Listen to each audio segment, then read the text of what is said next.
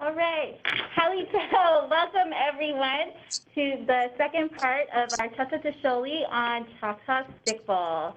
This session is titled Generations of Choctaw Stickball Part 2. Sahwa Megan Baker, and I'm a research associate here at Historic Preservation. So today we're joined by Brenner Billy, JJ Jacob, who's here with me in the office, Jared Pincy Tom, who is at the hospital because his girlfriend just had a baby. Congrats. And Jose Gonzalez as well. So in part one of our Generations of Stickball, we learned about the history of stickball in Oklahoma from Sue Folsom, Les Williston, Olin Williams, and how they've worked to bring together as an annual stickball tournament. Today, we're going to talk about how the next generation of Choctaws are ensuring that stickball remains a part of Choctaw life today. All of these speakers today got involved with stickball when they were younger, and since then, they've helped grow the stickball team into what it is today. Brenner, so back just for introductions, Brenner is a services coordinator for the NASNTI Heritage Program at East Central University. JJ and Jose and Pincy are all cultural demonstrators in cultural services here at Choctaw Nation. And Pincy is also the coach for the women's Susquehanna stickball team. So that's kind of everyone for today. And so to kind of just start off, I'm going to ask, how did you get involved with stickball?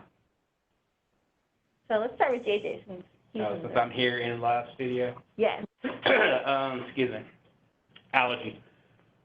Yeah, started probably when I was about, let's say, 12, and I started doing the Labor Day games at the time. That's all we had at the Capitol lawn. We'd do some Choctaw social dancing, and right after we'd turn around, change, and do some Choctaw stickball.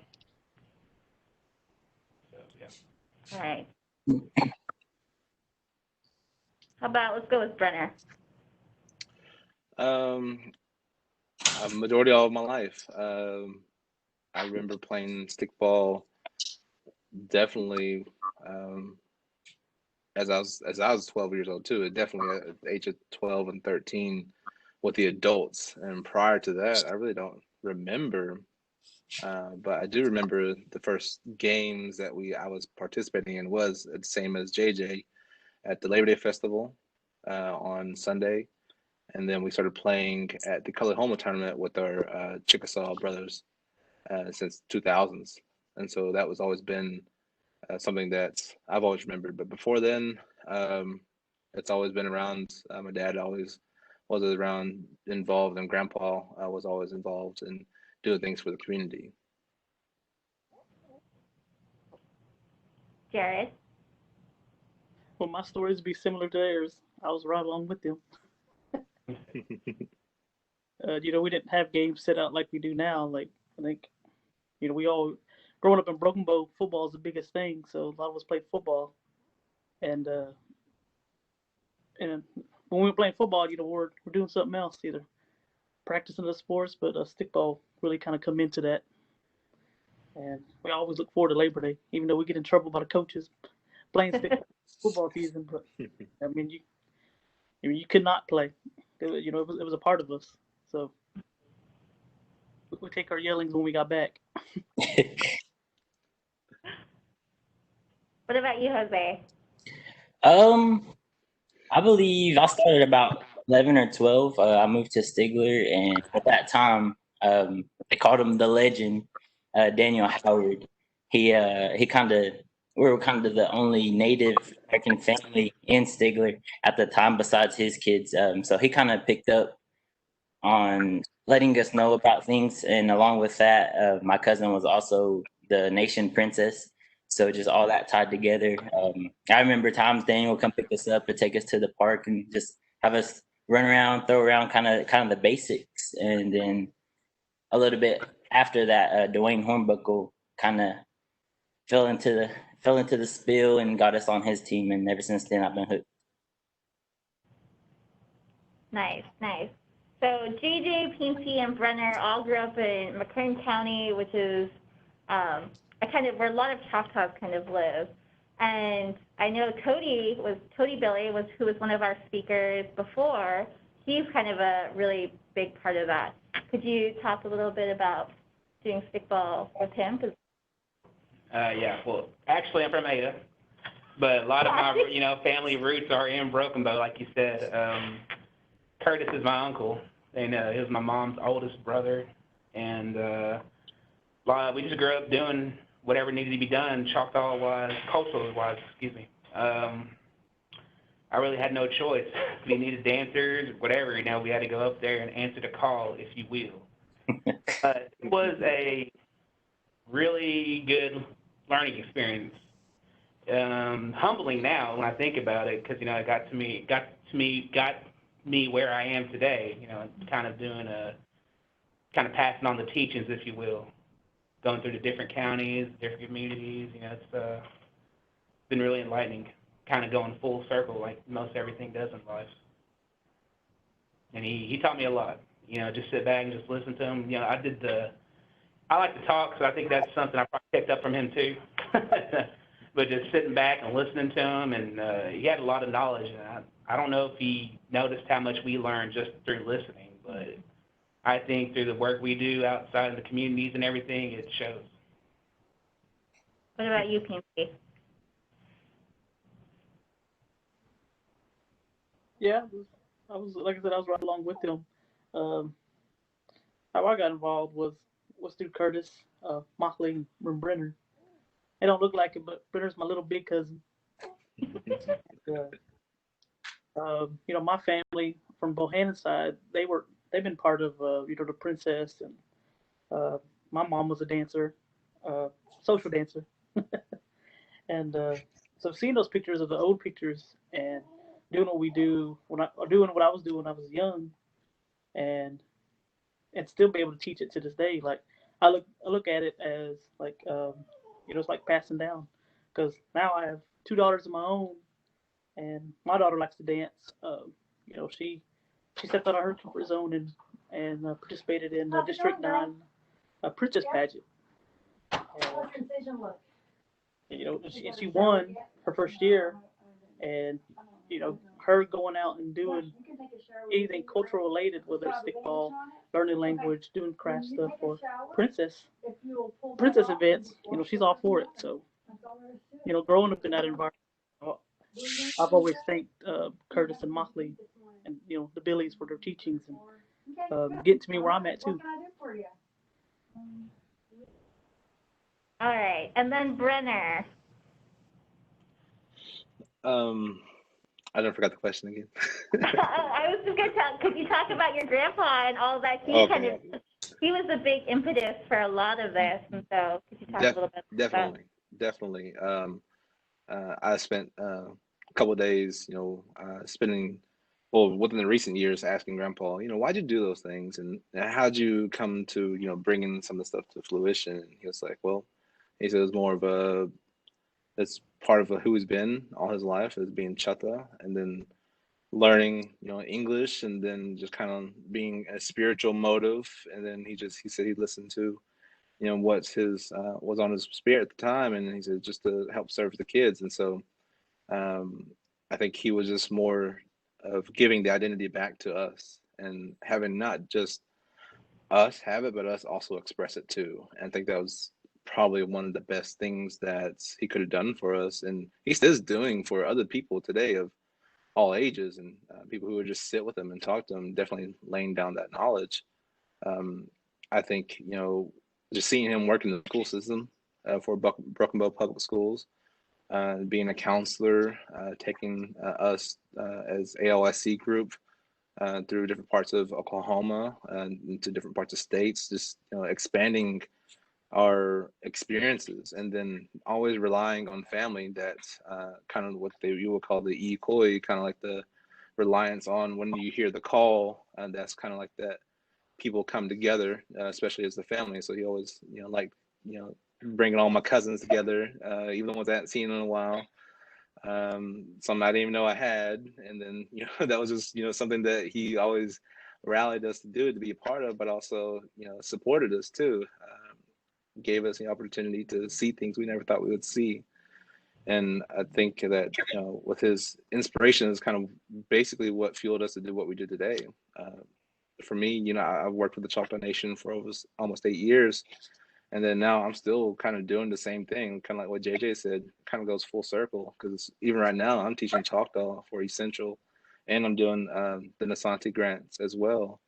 And a big part of the, other than the data and helping students, another aspect of it is teaching culture, giving that awareness and that empowerment and identity. And I think that's, I was like, man, from all the years experience of family and working with the nation, has more well equipped me to do this, and to people here on a different basis are unfamiliar at times, because they don't know where to captivate that that culture, that identity, especially as these students who are freshmen, traditional freshmen, and non-traditional students. And so I think that's just awesome for that installment of my upbringing, where I get to hand that gift on to you. It's kind of we say passing down, but that's the family tradition, or that is the tradition in all, I believe. Great. And Jose, did you want to add anything? I didn't really know him. I mean, I know of him now. I mean, just seeing what these guys do, and knowing that that's where they got it from. It's something special, because not everything is passed down generation to generation, and not everybody is willing to go ahead and show their true culture. And so I think that's something great. Yes. If you guys didn't know, Jose is much younger than the rest of us. So I feel like Pinky and JJ have taught him kind of a lot too. Kind of going a little bit back of Brenner learning from his family. One of the other things that Brenner is well known for is he's a stickball stick maker, and he's learned that through his family. So Brenner, could you tell us a little bit about how you learned to make stickball sticks, and maybe go through the process a little bit with us? Yeah. Well, first of all, we started learning how to make sticks. I think I was around 14 or 15 years old, back in 2007-ish, either a year before, a year after. My dad, he was staying down in Broken Bow a lot more because he was a welder, but he got to be more at home with us. And then for me and Pinty and a lot of our other friends at the time that were still there in the off season, we just did the workouts in the off season. Then we would go like play basketball or street ball, or just may potentially get in trouble. So my dad was seeing that we would be physical on the basketball court and stuff like that, and he's like, why don't y'all do something else? And so I was like, what? And he started getting us to play stickball. And so pretty much he was kind of prepping us a little bit to, I think we were being invited to do probably that stickball game in Kalihoma. And so we're kind of getting ready for that in the off season before football season started. And that's pretty much for Labor Day too. But it wasn't really for that. It was more just for us to stay out of trouble during the off season. And so when we were, playing, we were so physical, like we like to tackle each other. And sometimes we were careless with the sticks. So we would just, clobber stick on stick, and they would break. And so my dad got really mad at us, and it was like saying that we're not respectful enough to, take care of the sticks. And so we were always breaking them. We were breaking more and more. And some people had to, mismatch sticks, to a mismatched mate and play with that, learn to play with that. And so at the time, those sticks were accrued or by Grandpa, because he would go to Mississippi and he'll pick some up from the pawn shops most of the time, and then bring them back to Oklahoma. And back then is different than today, because he went there and searched them for what he found. And then today we now have a better connection. We can see what we want, get a hold of someone who knows how to make sticks today. But back then, it was just like you gather what you can if they have it and bring it back home. And so it was just a lot harder to remake them. So Dad, he was a maker. He learned from Grandpa, and Grandpa learned from a late Cleveland Billy. And that just kind of, for Dad, he was a maker, like an artist. He made them during Labor Day Festival or for Labor Day Festival for admirers to buy. And he wouldn't have so much of them. He'll probably, I think most, he probably had 5 or 6, maybe a little more, maybe a little less. But other than that, it was hard for him to make them because we didn't have all the tools. We just had some of the knowledge. And so at that time, uh, whenever we were playing, he was just so fed up with us that we were breaking them. And then whenever he tried to replace one, like he would make a stick or a set and put it back in the mix. And then those get breaking. And boy, would he be mad and be like, what are you doing? And it took hours to make this. I just can't just, print it off. Just like it takes a lot of time. And so he got us to make that. And so there's a newspaper article through Brookwell Public, the Brookwell newspaper that had us in there with ALSC, with some of us that were making sticks at the time. And for out of all our friends, we kept on being more responsible and respectful for our sticks. And I just happened to have the opportunity where my dad was always making them every now and then, but not consistently. And so whenever I got this placed on my own, going to college, being away from my home, and I just kind of wanted to do that. And so after those years coming along more and more, I just kind of knew of it, and I knew how to make them. I just didn't make them all the time. I did at times, but I didn't all the time. Not until my son was being born, and then I felt like I don't know, the call to be better and to make sticks. And so I wanted my son to play, and so I made him a little baby set, and that's what kind of drove me more, because it came out, as almost perfect. That at the time, as what I thought a perfect set of sticks would be. And I was like, oh man, this is awesome. Like, this is my first set that I've made in a while, and it looks pretty. And this is my son's, and that kind of like inspired me. At the time, I was working for a cultural center, and so that was kind of what we do. I just felt like the experiences at the time were just moving me in that direction. And so I started making them more and more and more after that. And so today, I make more than I did 6, 7 years ago. And so that's where I started to learn how to make sticks for my dad, just because he was coming back home and teaching me, my friends, and my cousins, and just to basically keep us out of trouble. And from then, I kind of looked at it as a serving motion of, for me to gain knowledge or to learn more, and to pass that on to people who are willing and to stay with it, to keep on making sticks. And then the process of making sticks, I try to keep it as close to the way I learned, and I've added some things and I've taken away some things, and that's just kind of like how things change in generation. But we still get a hickory tree from the woods. That's probably the most hardest part, is finding a tree, whether it's clean in the trunk area, and try to use much as possible. Before, when I was younger, a teenager, me and Dad would find trees, and they would probably be about 4 inches thick or 5 inches thick. And we didn't have a chainsaw then, we had a bow saw. So we were just like doing it by hand. And that was a lot of work, because I was doing half of it, and we'd trade off and transport it, walk, and whatever. And we'd try to do like 4 or 5 trees like that. And that was just a lot of work. And today, I use a chainsaw, but I also have a huger magnitude of a tree that I can make, or I can get. So I get up to probably a foot thick base, and I can get at least 3 pieces, if it's a good tree, out of a tree. And with each trunk, I can at least get 10 pair, just about, or if not more, depending on what's on the inside of it. But the thing I've learned from Dad was to season it. So season your log, or if you wanted to make them immediately when they're still green, fresh cut, you can do that. Just kind of soak it to make it more flexible, limber. Uh, Depending on how big it is, you split it in half and into a quarter, into an eighth, and to get pretty much a stave. With that stave, you use a draw knife, and the draw knife kind of renders down the handle to a nice square block, and then to the paddle end, which comes your cup. And then today, I learned to soak it more after the paddle's made, and then I used to boil it in hot water. That's what I learned from Dad. We used to boil it in hot water, and hot water hurts just as much as steam hurts and as fire hurts. There's always that heating element. But I transitioned to steam, and then within the last maybe I guess around 4 years ago, that actually become more prominent with oil and fire.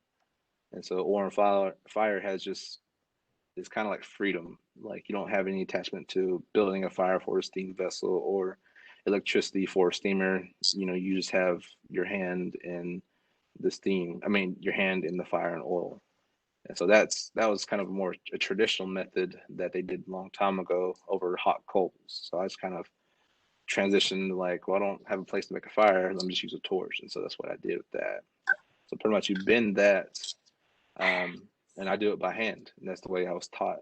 And so bending it by hand, then clamping it, and then later on angling it to make a flare. And today I have a few jigs and forms that kind of help me get to a more concise mold or shape that I like. But overall, I still do free-handed. People may do measurements, and Dad used to do measurements all the time, saying this point will connect this point. But today, I just kind of like I feel it. However I want it to be this big, or if it's a shooter cup, if it's a defensive cup, I'll kind of keep that in mind. But if it bends the way it bends, that's just the way it is. So um, that's where I have those kind of different methods today. Then after that, once it's binded, I think I have one right here. Once it's binded, I've been using more of these hose clamps. Before we used to use baling wire. Once it's binded, let this set and dry for a week or two, or as long as it can, where the moisture gets wicked out of it and it becomes light.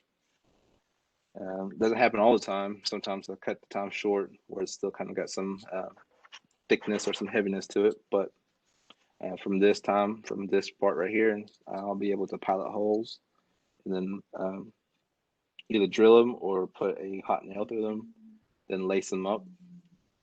And I keep them kind of tall. So this kind of has a old school effect to it. And then take the handle all the way down to 1/2 inch or 3/4 of an inch, which is pretty much today's game. You like a lighter stick. This is pretty big, pretty thick. So it's probably 1.1 by almost 3/4 blank. But you eventually want to get to something close to this thinness, and webbing it or weaving it. You can use leather. Younger generations today, so you use paracord. I've seen some just twist tape and use that, and rawhide. So anything you get your hands on. And that's pretty much sanding it, making sure there's not any pieces that can cut you or give you splinters. And then condition it with oil or linseed oil or some kind of fat you could find, and sealant pretty much to kind of help preserve it without getting moisture in there and letting moisture out. And that's pretty much it. I mean, in a nutshell. It's a lot of information, but it's pretty simple, but then there's some techniques that go along with it. Very cool. So you make the sticks, and so JJ and Jose, could you say a little bit about what Cultural Services does with Stickball and how they're kind of sharing it with the community? Yeah. What we essentially do, we handle most anything that's needed culturally. So we go out to the community, and Stickball is one of our popular things. A lot of kids have seen it either at the festival or probably even on YouTube. And that's something they all kind of want to learn about. So what we do is we take like a little makeshift goal out there, and we have some sticks, and we just kind of teach them the basics, how to pick up, how to throw, and we just let them go at it. Minus all the, physical aspect of it, no tackling or anything, but just enough to let them have fun with it. Mm-hmm. A lot of times they just want to get to the stickball. But yeah, that's what we do, and it's really fun. I enjoy teaching kids. It's a good experience because there's some kids that they've seen it and they don't know the reason why it started or how we started with it. So we get to go in and explain that to them. And there's some that'll listen, there's some that don't, but we really appreciate the ones that do sit there and listen. And then it's more fun to play with them now that they know why we play. Awesome. And so you guys also have a stickball team for men and women, and Pinty is the coach for the women. So could you, Pinty, tell us a little bit about kind of that and how did the team kind of come into being and all of that? Oh, you want to hear from the women's? Like the The women's? women, or maybe in general, and then we can talk about the women's team. Well, we here in Oklahoma, we don't we play a lot of co-ed here, and when we started growing, we started getting a lot of women out, and here in Oklahoma, you play a lot of co-ed. You don't get a lot of fit refs, so usually you get a handful of refs in a big field. You're not going to get a lot of calls the way you want. So we would minimize the numbers of players on the field. But like I said, as we started growing and we built our youth league up, we started having more women join. But a lot of the women were eager to play because it started. More of your men were really skill set, and the women, we utilized women that more of like blocking out for us because the men couldn't touch the women, but the women could tackle the men, but the men could not touch the women. Some games you have where we can break their sticks apart to get the ball, and there's some where you can't even touch them at all. And so we used to use the women that way, but we used to use 20 and 5, 20 men and 5 women. And at that time, we only had a handful of women, and they played quite a bit. But when we started growing, you go from about 8 women to 10 women to where you're having 30 women play, and it wasn't fair to them to only rotate 5 at a time. So as we continue to get bigger, I started to say, we need our own team, and but we wasn't ready for the Mississippi tournament yet. We had to get some games under our belt, and kind of like what we did with the men years ago when we teamed up with Chickasaw Nation, and almost had like a tryout when we had everyone join up with us to make the trip down to Mississippi. So I decided to do the same thing for the women, and I think we're about 3 years into it. This would have been our 4th year. And the first year of putting the word out there, I got phone calls from all over, and not just here in Oklahoma, but some parts of Mississippi, some parts of Texas, even some people from California and Seattle. Like some of our, when we go out there for community meetings, and we teach stickball at these meetings, we get interest from those people in those areas. And now it's so, I call it nationwide now because it's not just here in Mississippi and Oklahoma. It's pretty much all over. And growing up, you don't hardly see stickball shirts, stickball logos in anywhere. I mean, we carried them to school, but also we got in trouble for taking sticks to school because a lot of times they thought it was weapons. But like nowadays, you see these kids that are kind of grew up in our youth league. We started with about 80 kids, and this last few years it's been about 600, 700 kids. About 6 or 7 communities out of the 10.5 communities, all have teams, and we have Chickasaw Nation playing.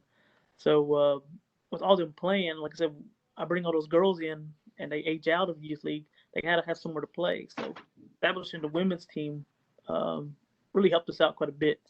And those girls that I've had over the years, they've stepped up majorly, and they teach and they help teach the girls the craft and everything. Why I did that, or why, like I said, it wasn't just me. There's a lot of the other guys I brought in to help out too. And I look at it as this, like, I'm a father of girls of my own now, so I want something to establish for them for many years. So teaching this and passing this down, like I want them to have something to, if they want to play stickball and they want to continue it, like this is something set for them. So I look at it as just paving the way for something for our future generation to continue playing.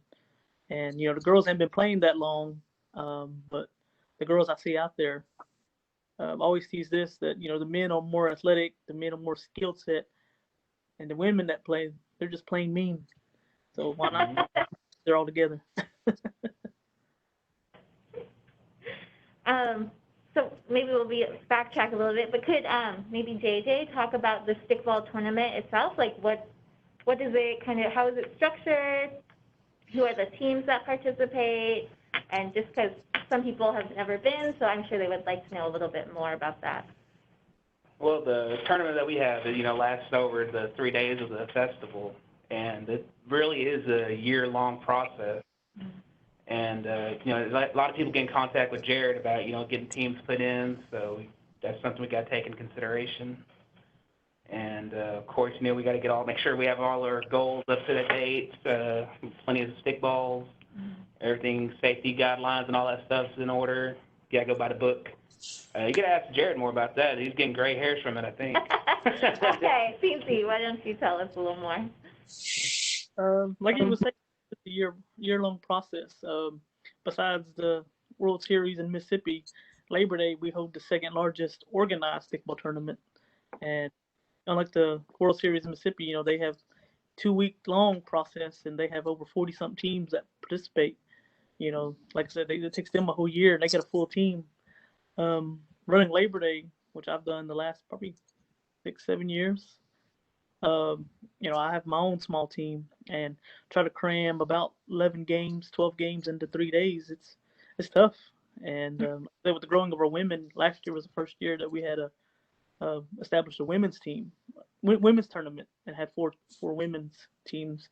One represent Choctaw Nation, one represent Chickasaw Nation, and 2 representing the Mississippi band.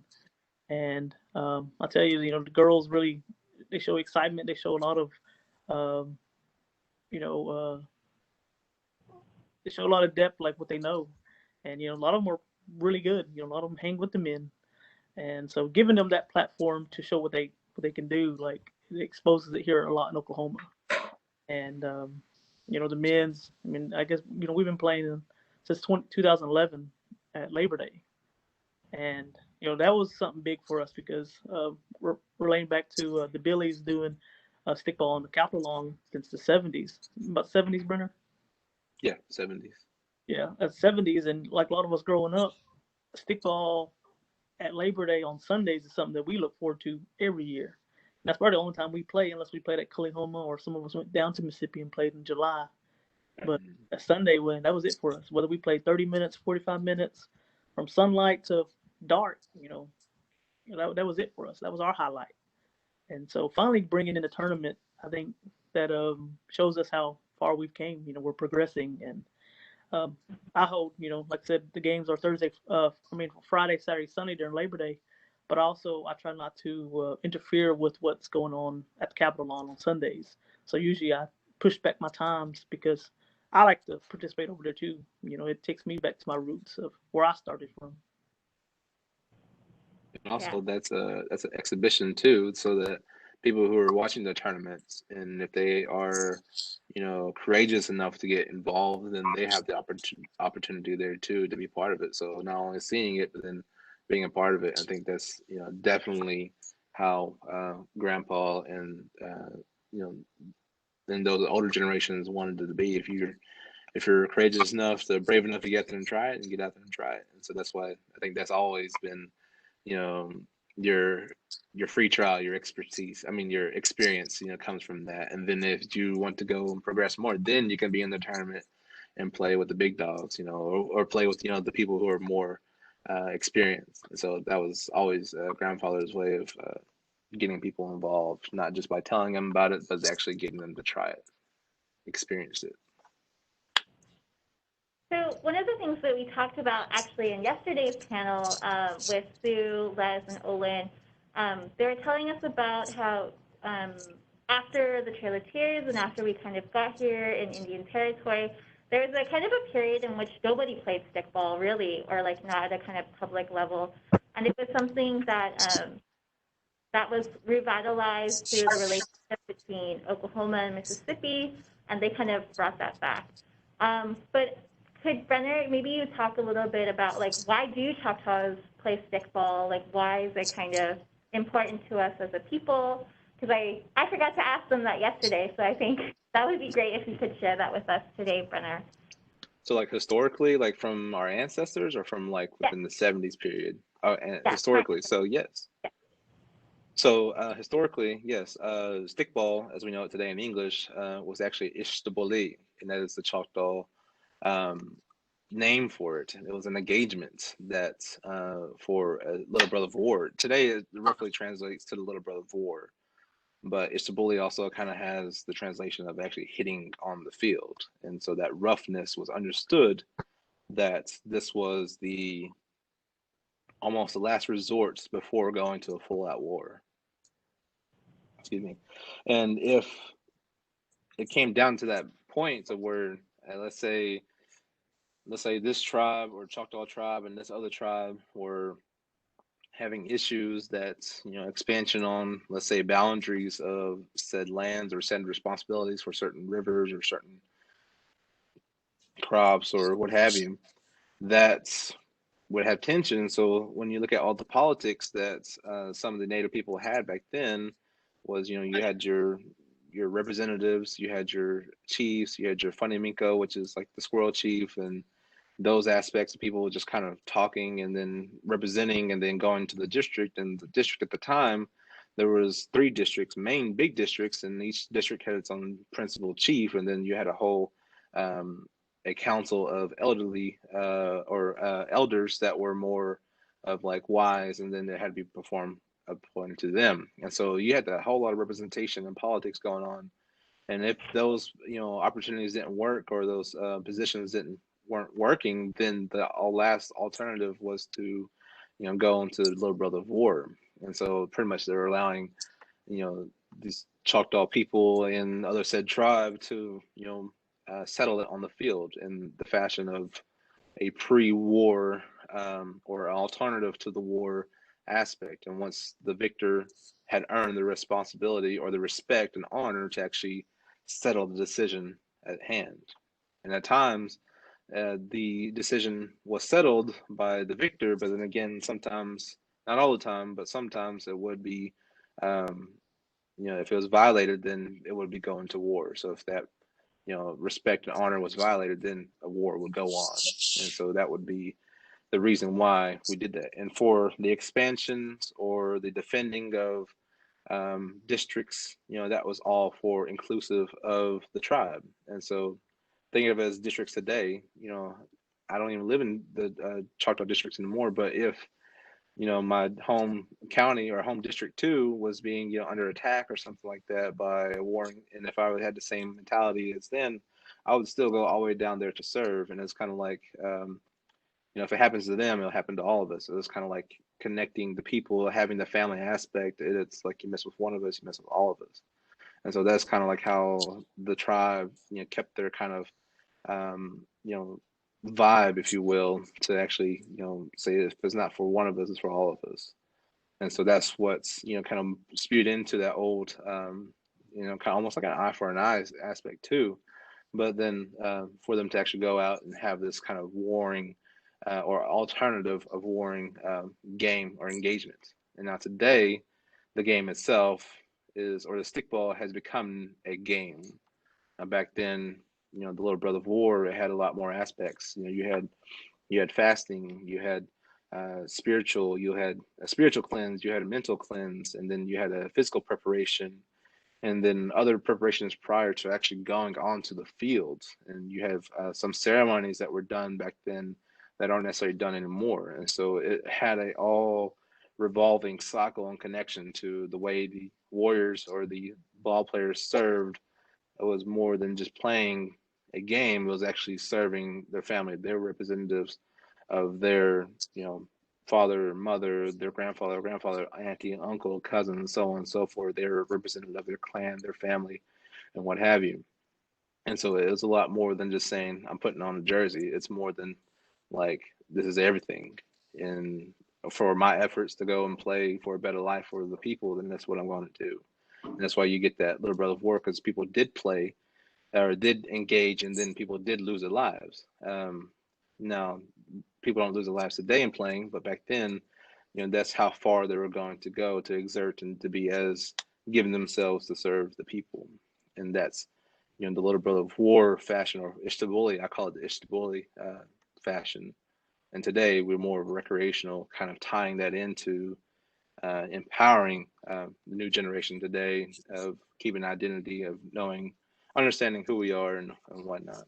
And so that aspect of mostly it was men that played in their ancestors' time, and the women were always there supportive too.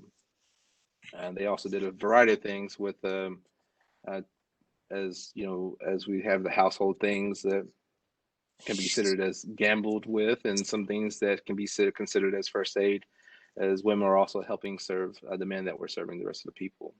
And the other things and other aspects that go within it too is ceremonial and I guess traditional things too, or ancient tradition things, if you will. Thank you for that. And so it's really great to kind of see how it is a very kind of spiritual and a philosophical part of Choctaw life, and to see it kind of integrated into like everyday life. And so I was wondering, Jose, if you could maybe talk a little bit about what was it like going through the youth league, and how was that kind of experience for you that you got to grow up with stickball, kind of similar to JJ, Pinky, and Brenner kind of did, but just a little bit differently. Yeah. Like I said, I moved to Stigler. I used to live in Oklahoma City, which, you know, it's out of the 10.5 counties.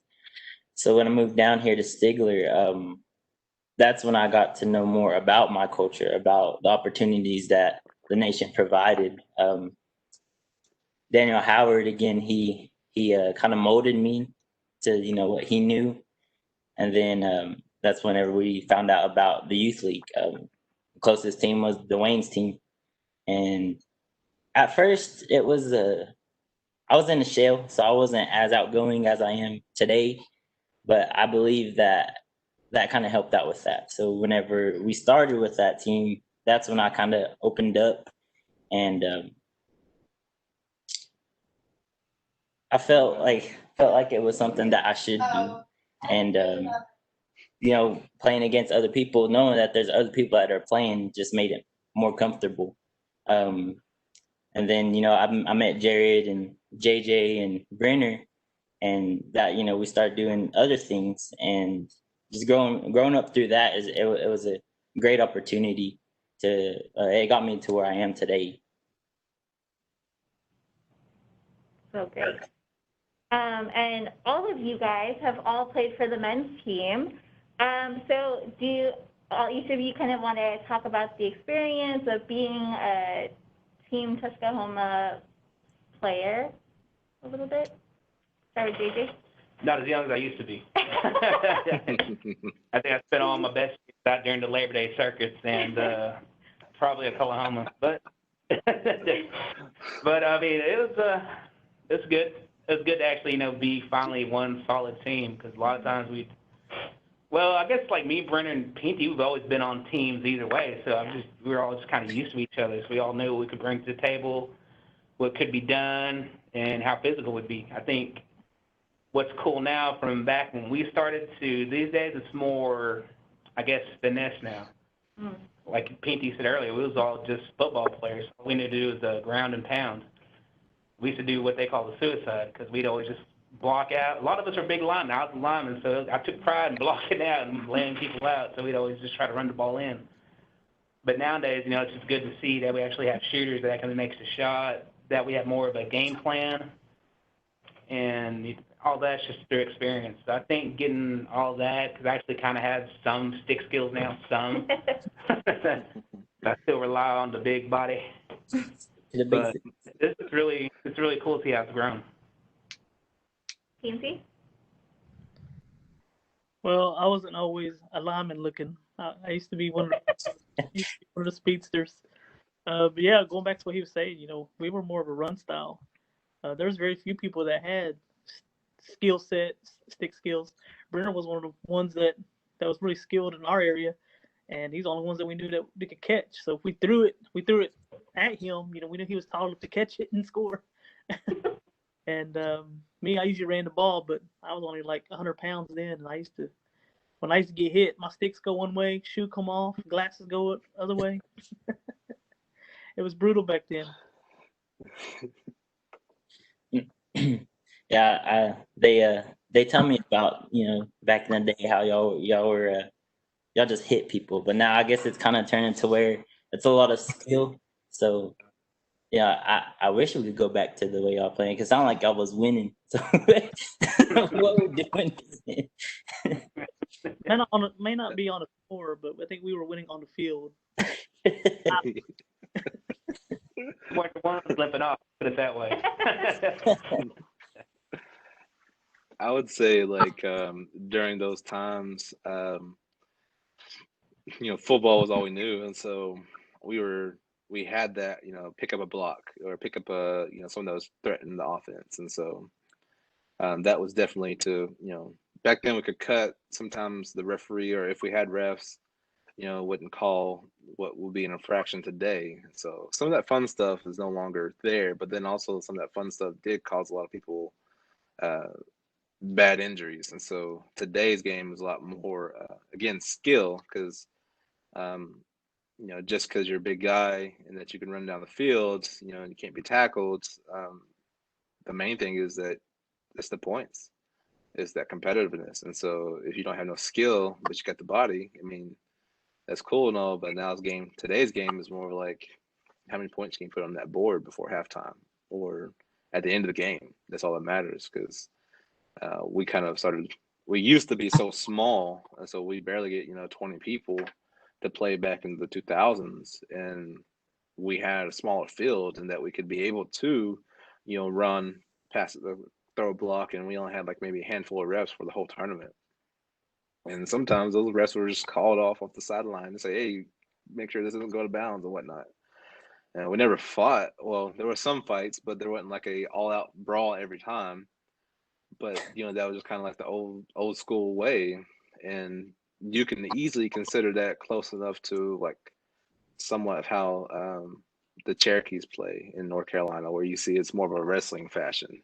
We kind of didn't want that wrestling fashion, but the more the scrum was always happening back then. And today, you see more of people catching. You have people picking up off the run.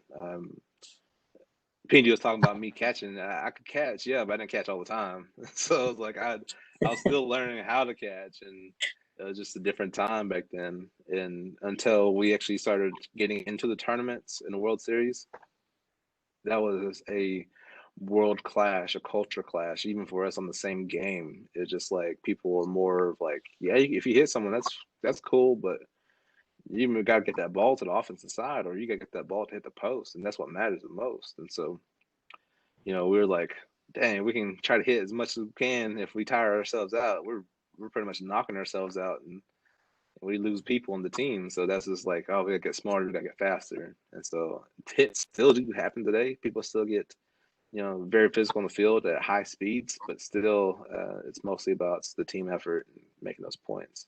Versus back then when we used to do the suicide, we used to, with me and Devo, we used to call it, and all people from my friends or from our community call it flying V. We was like, get behind them and just kind of like, block and move forward. We did that a lot when we played in the Itafama with the Chickasaw people here in Oklahoma. But that was just the culture in Oklahoma. But when we got to Mississippi, it was that awakening of like, all right, there's a lot more skill that has come to this. And I think for Jose's generation of, we kind of, went to a foundation of saying, this is not how we used to play harder, or we used to play a little bit more physical and a lot more slower, but here's a game that you're getting. And so the aspect of catching in midair and running on the, picking up the ball on the run, were just things you're already instructed or being instrumental then. And then y'all's generation and Mississippi and Oklahoma started catching with the one stick and cradling. And so that is like, oh man, changed the game even more. It's like, what's going on? Just think when you have it, then something else comes along. It's like, oh, and it's just like, it changes, but the essence of the game still is there. It just got, you add more to it. And I just think that's pretty cool. Definitely I think we're pretty lucky. As me, JJ, and Pinty, we're kind of older, but we're lucky enough to see that transition and to know the game before, and then, or know what game we knew somewhat before, and then to what it is today. And that is just, awesome. And can't wait to see what Jose's generation and the young generation before him bring along too. Cool. So as a stickball player, how do you mentally prepare for a game? What's the kind of thought process when you're about to get on the field?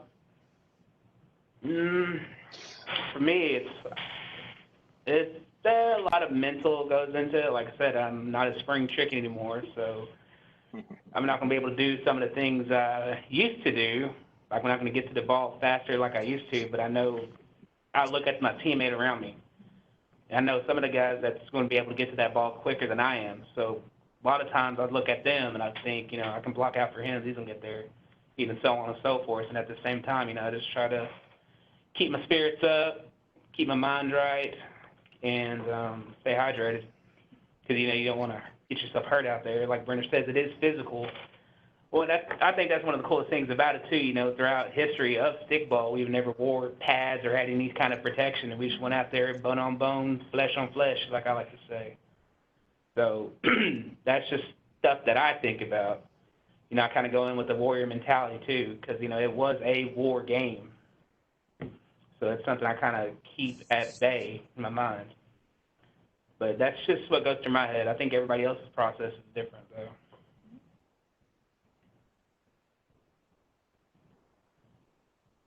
Yeah, I mean, for me, we all play football and we have that separate mentality for football and stickball. For me, I kind of tie it both together. There's still that competitiveness. You got your teammates, but there's a lot of other teammates that are against you. I'm thinking like the opposing team. So you kind of got to think on the fly. Me going in, I'm always nervous. So as soon as I get out there, it's just a switch that flips, and I'm ready for the game. PC? I'll wait till she calmed down. She's crying. All But right. yeah, I'm gonna reflect back on back in the old days when we used to play. Not with a lot of skill set. You go out there and try to just give it your best. And I think the best thing for us is when we were playing in those early years. We had a lot of fun. Playing alongside the guys that you grew up with. And a lot of times we played against grown men, and them grown men didn't light up on us. They were hitting us left and right, and that play style that we grew up playing, I guess it reflects back to football mentality, going to hitting and whatever, and it transitioning to like nowadays. When you play, it's more strategic. You have to go in with a game plan, and like Brenner was saying, we only barely get 20 players on the field. So back then, we relied heavily on each other, teamwork wise, and that's never changed. Nowadays, you got more players, more teams playing in it, and different style of playing. Preparing for a game nowadays is I say it's pretty tough because your game plan, any game plan that you come into, want to set for the game, you got to have the right people in the right position nowadays. There's a center position, there's a defense position, and there's a shooter position. And when the ball's in your area, you got to have the right people out there that's going to make the plays and, get you the positions that you need. Mentally preparing back then, I think all I did was, I can only control what I can control. And, I'll contribute any way how. I always seen my game as being adaptive. Like if we're getting the ball a lot, then, I'm going to just help the guys that that are getting to the ball faster. I'll just block out and make sure we still have possession of the ball. Or if we need to make some defensive moves and we're not getting the ball, then the defensive mentality like kicks in. Me preparing for it, man. Back then it didn't take me long. Nowadays, it takes me about 3-4 days just to even like stretching. And the game long way then, and I say that if you don't keep up with them, like the younger generation now, it's really tough to keep up. And I think the game hadn't passed us by. Some of us still got a little bit of highlight in us, and me, I just like the enjoyment from reflecting back on what stickball was to us in early years and what it is now. Like anytime I get a chance to get out there, to me, it's just living in the moment, and that's what it's for, to see how far it's came and reflecting back on Curtis Billy's stories of of his generation. And you read more stories of what happened in early years and what it meant to them. And I just bring all that into one. And when I play, I'm in tune with myself. I don't really play just for me. I play for other people. I play for like one important most thing is that I play for people that can't play no more. I have a lot of people that's not here with us, and I have a lot of people that have injuries or just different things that um, keeps them from playing. So I keep that in mind when I play, and to me that takes me to a higher peace. And whether the scoreboard, whatever scoreboard says at the end of the game, like I'm happy with it. I'm happy to be part of the game. I'm happy, that we still have this, and we're going to continue this. So, I always say we had a hand in keeping this game going, and I'm always going to be here, however far it takes me. And hopefully, Jose can keep the young generation in full swing. For me, preparing for a game is not the day of. It's usually, your past year, the practices that you do, the collaborations that you do with other people who are playing, people you may not be, you may see as rivals, kind of have fellowship with them and actually just connect you with the game. Don't have that, you know, defensive stigmatism against a certain said team. For me, I played with a variety of teams against Tuskahoma and with Tuskahoma and within Choctaw country and with some Mississippi. And so for me, I think that kind of definitely expanded my understanding of skill and more confidence on the field, and definitely knowing people. And it's pretty much an education, it's training pretty much, and that's what you got to look at it as. And that's the preparation, definitely, of going and learning other people's skill and just that expansion. And to me, that's how I prepared for a game, to keep my mind sharp. Like I've seen this happen before, so I may expect it, or I've seen this on the field, and this fast pacedness and this adaptability is just all about the experience. And so, um, to put myself, or to be experienced, to keep on putting myself out there to experience those moments with not a lot of players from the earlier years to smaller tournaments within the past 4 or 5 years, and having to rely on people that I'm not really familiar with, just definitely grew and expanded in these smaller tournaments and prepping for my, you know, polishing or my building skills in playing the game. That's, to me, I think that was a good aspect of fellowship, but also learning experience, training. And then mentally, on the field at all times, I try to. I'm kind of a problem solver, and so whenever the ball comes down, it's either I have to react or I have to be proactive. And so it's either choice I make, I have to go through it. And to me, that's kind of like either you're going to have a mistake or you're going to make something happen. And that's the you know things you got to live with on the field. And once it is successful or it isn't successful, then you just got to move on. And so I think those aspects kind of play definitely a lot in the game, and then you can take that on with after the game too, or in life in general. But I think being at peace and not to have hostility, um, to at least abide by the rules for the most parts, and to be respectful of each player on the field as well too, because you don't want necessarily to, again, extinguish a person off the face of the earth, not like our ancestors did before. That's the reason why the game was in place. So you must also take care of your brother on the field, even if he may not be on your team. And so I kind of keep that in mind that, like as Pinty said, reflecting on like we're all here. We all play together, and I don't want to hurt someone or make someone feel like they can't play anymore. And because that's not what I'm trying to promote. I'm trying to promote more growth for the game and be proactive. I don't want no one to be disgruntled or to be averted away from ever trying again. And so it's always like, some experiences could be mixed, but I think, mentally, that's kind of the overall platform of growing more and more, growing through struggle, growing through the success, the wins and the losses, and then the long trips to practices from far away to tournaments far away, um, whether it be Choctaw Nation or Chickasaw Nation, them hosting, and even just sanctioned places out of state. And so that's just part of my experience, and just kind of having an open mind, but also having those, I guess what you would say, values, along as with all our values and growing the game. And that's what I carry with me, prepare in that way. And I believe my mentality, I guess, is how that goes. Sounds good. And so, starting to come to a close, and so last question would be, so what does stickball mean to you as a Choctaw person, and what does it mean to you to be able to play it?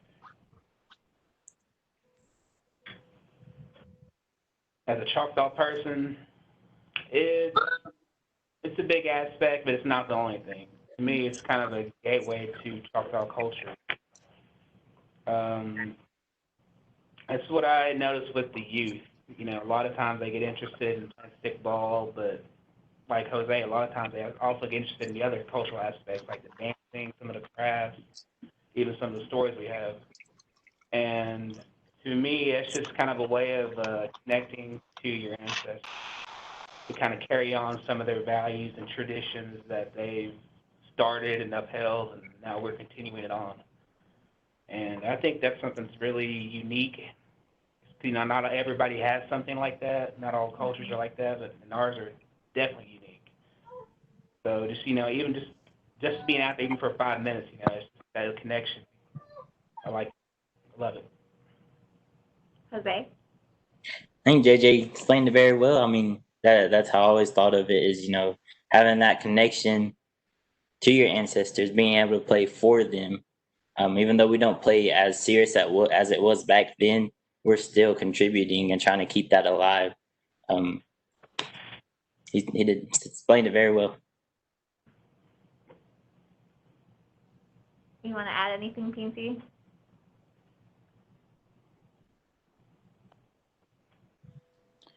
Yeah, I agree with both of them. It's really, I always say it's a lifestyle. It's an identity of who you are. Each tribe has their own game, but we have Ishtabuli, we have Choctaw stickball, and growing it every day and learn. Even though as much as we know, we're still learning daily. And I use the game differently nowadays that I'm older, and you know, I always say this. I've always heard a lot of people say this too, is that when you're young, you play it to the fullest, but when it comes your time to teach, you teach. And so I think that's the stage that I'm at now. So I utilize it as a platform to help teach and educate. A lot of kids, I coach the youth league. I coach a team here in Durant in the youth league, and a lot of these kids don't have a lot going for them. So I utilize stickball as a platform, as a like a big brother, or I have some coaches that are women, big brother, big sister program for these kids, and whether they have stuff going on at home, school, whatever. Like when they come to stickball field, we're all one, we're all family, and that's the kind of atmosphere I want to build with them. The relationship, because I too was that kid at one time that didn't. Even my family was really good, but I still felt there was a little closure to me. You wouldn't believe it, but I was really shy a long time ago. I didn't hardly ever speak out. So I still had, we call it, things that I went open with, and things that I couldn't do. So the stickball gives me that platform with these kids, and being related to them on many levels. Like I just try to encourage them to do the most. I always tease, like, if I teach you how to catch a ball, throw a ball, and score, I'm only teaching you the surface of stickball. Like I want them to be great teammates, have a good personality, um, know their rights and wrongs. So these kids, there are they're our future. So I use it in that sort of way. So to me, it means a lot, and it's a big connection of who I am and to our ancestors and future generations. Like I said, when you become a parent, everything that you want to embed it in your own kids. So I think what I do now is like it's gonna reflect on them, and hopefully they take action and take advantage of being part of this. And that way they'll know who they are.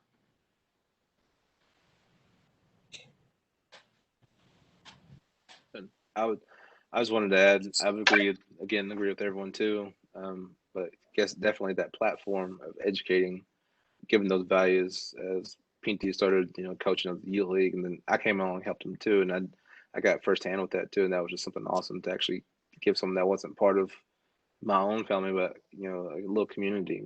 But to the basis of the JJ was saying, is that not only educating people of our own culture, but to I would think of empowering people who didn't have the culture, who didn't grow up with it, those who are Choctaw or who are Choctaw and who are outside the 2.5 counties who aren't necessarily exposed. This is a part or an introduction that's whether they're activity driven or adrenaline driven in the experience, that they're going to get they want to be thirsty for more. And I think that's part of that education part of in empowering, and then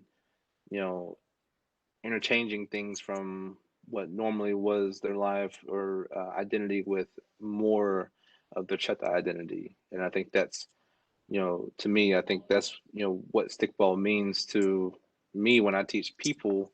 That I hope they don't just take it as a game, but I hope they take it more of like, this is part of who I am that I forgot, or nor did I remember or did I know, and that my parents or generation before me would have done. And that's, I think, the empowerment definitely for teaching others and in the community and outside the community. And again, I guess for me is again that teaching tool with all those perspectives. And so there's just something about it that keeps drawing us together, or drawing us to do it. And just again, that uniqueness that everyone here is talking about, it's that you can't really necessarily find it anywhere else other than Oklahoma Choctaw, or Oklahoma Choctaws, Mississippi Choctaws, some of the Seminole Creeks and the Chickasaw people. We all have a connection definitely with this game, but there's much more that can sprout from this with tradition, with oral tradition, with the knowledge, things just that come from home, cooking, language, history, what is true, what is not true, what education about PTSD or generational trauma, and the subjects get deeper and deeper, which actually we carry and that we didn't even know we carried. And it's just that gateway. I see it as definitely learning more about ourselves as a generation who didn't know so much, and knowing more and more every time we are integrated into this. And so to me, that's what kind of stickball is, that gateway, definitely for someone who's an outside perspective of doing activity to learn, like, how do you say this game again? Or what is done, how's it done, why is it done, and just go and go and go. And that's what I see it as. And still myself, I'm still learning more about, different things, aspects in history around this game and within our own culture. And it's just, it's not just one chapter or one book that you can read. There's many that are told and that are read.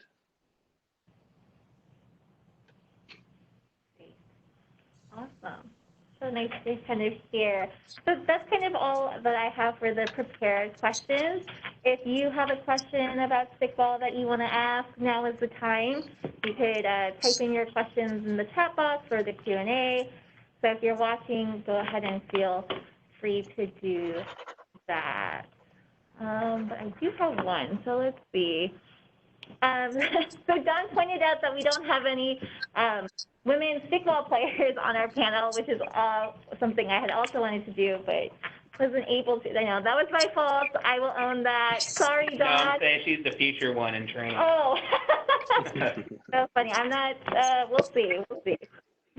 The past 2 days have been very inspirational. I told JJ once that these hands are for typing my dissertation, not with stickball sticks. But haven't you been doing that lately? I'm going to go back to it. Okay. So she asked, since the women's team has been around for a couple years, will there be a women's coach for our team eventually? Anyone? Since he's the women's coach now, so is that something that you see in the future? Well, I hope so. Like I said, nothing's ever for certain. Like I said, all I wanted to do was establish, a gateway for them to play, and any women that's willing to step up, I applaud them. One thing it is like it takes a lot to coach. It takes a lot out of your time. People always think that we get paid for all this stuff, but a lot of stuff that we do, it's on our own time, free time. All the practices you do, you know, as a coach, you're usually there setting everything up. You provide everything. Um, I always tease this, like coaching adults, it's a little bit difficult. I like coaching the kids. I like coaching the kids a lot more because attention span and listening, like the kids, are eager to learn. Adults, you got some ones that that will listen. You got some of the ones that will will test you a little bit. So coaching it takes a lot, and you gotta whatever concept you come in with it. The players got to buy into it, and as you're learning, you start to develop. Oh, I get what he meant, or I get this way, and I'm always open for any ideas to help get us better. But I have some women captains, try to ensure them, and a lot of these girls look up to them. So, in the future, hopefully, we have a woman coaching the women's team. Um, but as of right now, like I said, we're still new, we're still learning the game. Even though you're 3 years in playing, you don't know everything yet. So, we're still growing. That's the reason why we developed the youth league, because a lot of us were aging out. A lot of us were, having families. So a lot of that time took away from stickball. A lot of the ones that were the ones that kept the game intact, we're doing more family stuff, and that takes us away from it. So we're looking at the younger generation of kind of coming in and carrying it. So that's one of the main reasons why we opened up the youth league. So we'll have some kids growing up in the game that they see Tushkahoma or see whatever that I want to continue playing after I get older. And luckily, Jose's one of those kids that aged out of the youth league and kind of fulfilled a role in helping our team and helping our our work group. So yeah, like I said, I'm always open for it. I'm looking for women to help out a lot more and eventually be a coach. And so someone else asked, how do you think the opening of the Choctaw Cultural Center will affect the playing of stickball within the nation? Anyone? You can think about it. Any guesses? I think off the bat, because it's one of the things I've seen, from working with the nation, then now leaving and being outside of it is like one of the things. Like, man, I can't wait till it gets done, because then we'll actually have a different point other than Tushkahoma.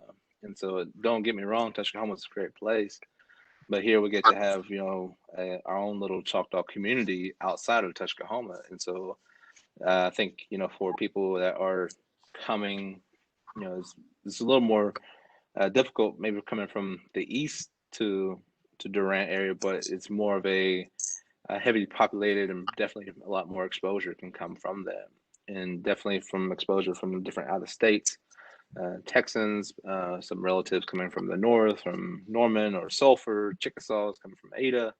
The possibilities are definitely setting a tone with the Choctaw Nation, opening the cultural center to have that expo there, and then not only just the games, but then to have a walkthrough or the experience of a culture, of our culture as a whole. And this is to me, has been very prideful, not just saying, "Well, this is what it is," and people say, "Oh, you talk a lot," and may not believe you. It's like, "Oh, that's my grandfather's fault. He just tells all stuff all the time." But then, if you can actually see it and be like, "All right, maybe he's not full of it," just like, okay, yeah, there's a lot of that stuff there.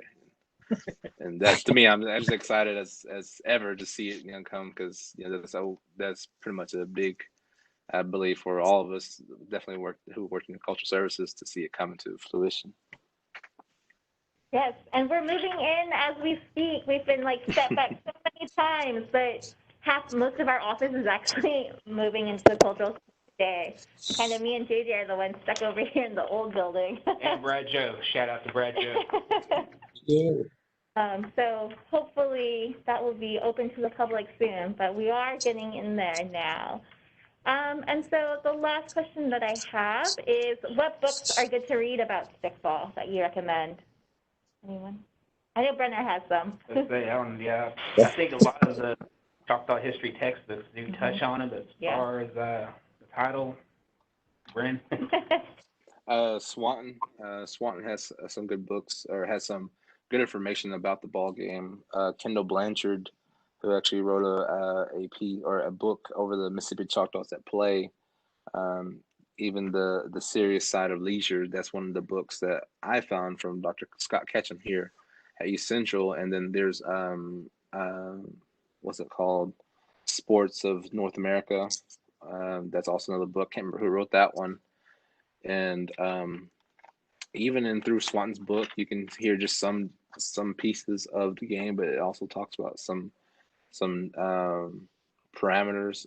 With the Kendall Blanchard book, I'm starting to see a little bit more of the ceremonial side. It doesn't really go in depth, but it just it gives some, I guess, some resource to that. Just saying, it mentions some things in there, but it doesn't go fully in depth about the actual ceremony.